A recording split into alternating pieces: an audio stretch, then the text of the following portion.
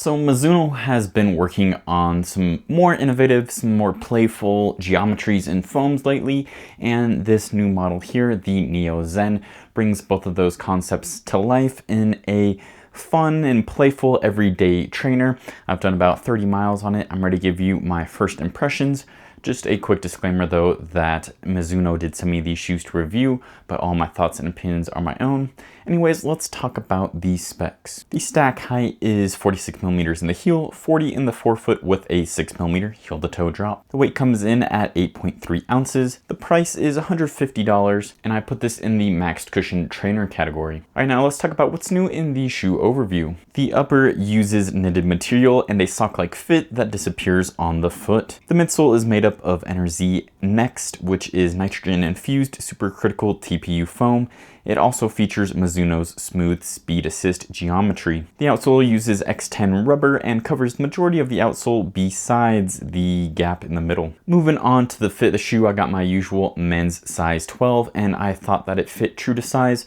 It was maybe a hair long, but not enough where I would want to go down half a size. One thing to note though is the lockdown around the ankle wasn't my favorite. I just had to really crank the laces and it kind of got a little crinkly. I think this would help if they added an extra eyelet just a little further back. Now moving on to the ride of the Neo Zen, it is definitely a very fun and bouncy shoe to run in, and I thought it's also pretty versatile as well. The Mizuno NRZ Next foam, the new TPU formula here is definitely the star of the show. It's definitely not the most stable shoe because it is soft, but I found it to be decently stable, all things considered, since there's no plate or anything in there. And I thought it felt nice and cushioned when going slow, but also when I was picking up the pace, you could kind of compress it and get a nice bounce back to give it a little extra pop. So compared to some of Mizuno's other shoes, the geometry actually isn't that aggressive, but I think that's a good thing. I think it'll work better for people with many different foot strikes, but you still do notice a little bit of that rocker. It really helps you through your stride and makes it nice and smooth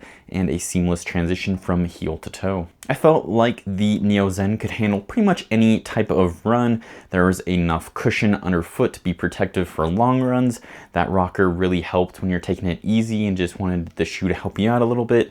And then also when picking up the pace, definitely didn't feel mushy. That foam was nice and responsive too. So definitely something that can do it all here. Overall, I was a little bit surprised of just how fun and versatile the Neo Zen was, and I had a great time running in it. Now let's go ahead and do a couple of quick comparisons. The first shoe I'm going to compare it to is its sibling, the Neo Vista. So right off the bat, these two shoes might look pretty similar, but they definitely do have their differences. Starting with the upper, I do prefer the upper on the Neo Vista more because it does have an extra eyelet a little further back where I didn't have to crank down around the ankle to get a better lockdown. So that is 1 point for the Neo Vista. The midsoles too are also very different. They both use Mizuno NRZ Next. However, in the Neo Vista, it is an EVA formula, while like I mentioned in the Zen, it's a TPU formula.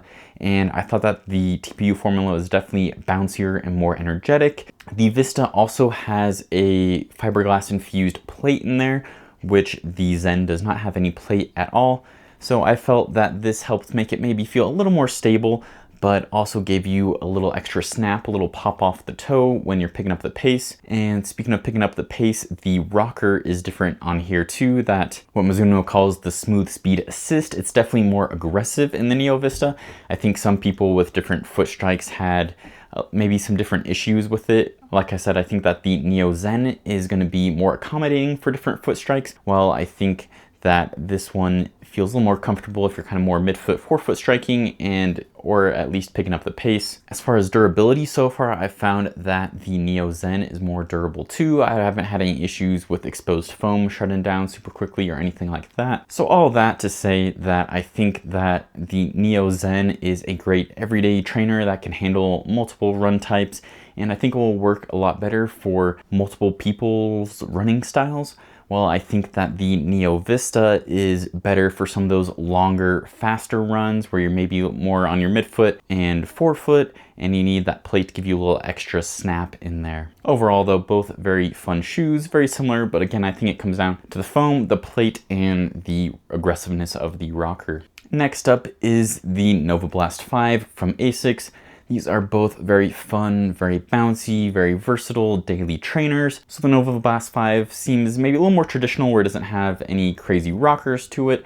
It does have the new Flight Foam Blast Max foam, which I have been really enjoying. It's really fun, really bouncy, and I've used this shoe for various paces and distances and have really enjoyed it. I did find that this definitely has a better lockdown, especially around the ankle when you compare it to the Neo Zen. And I do think that that extra cushioning in the stack height of the Neo Zen makes it better for long runs. But these are both very fun, very versatile daily trainers that give you a lot of bounce. Overall, the Neo Zen is a very fun, bouncy, high cushioned daily trainer that can handle a bunch of different run types. The new Energy Next formula with TPU is definitely the star here. It's definitely a big upgrade, and the extra durability here too definitely makes it a great option for a daily trainer. The lockdown around the ankle isn't necessarily my favorite for me, but other than that, I think that this is a solid shoe. So I think if you picked up the Neo Vista and thought maybe it's a little too aggressive or didn't have as quite as much bounce as you wanted, I think that you would definitely like the Neo Zen. I think you can have both in your rotation. They work for different things. But honestly, I think the Neo Zen is definitely the better kind of do-it-all daily trainer between the two. But anyways, I want to hear your thoughts. Have you tried the Neo Zen? Are you going to pick a pair up? Let me know in the comments down below. Thanks for watching, and as always, keep on running.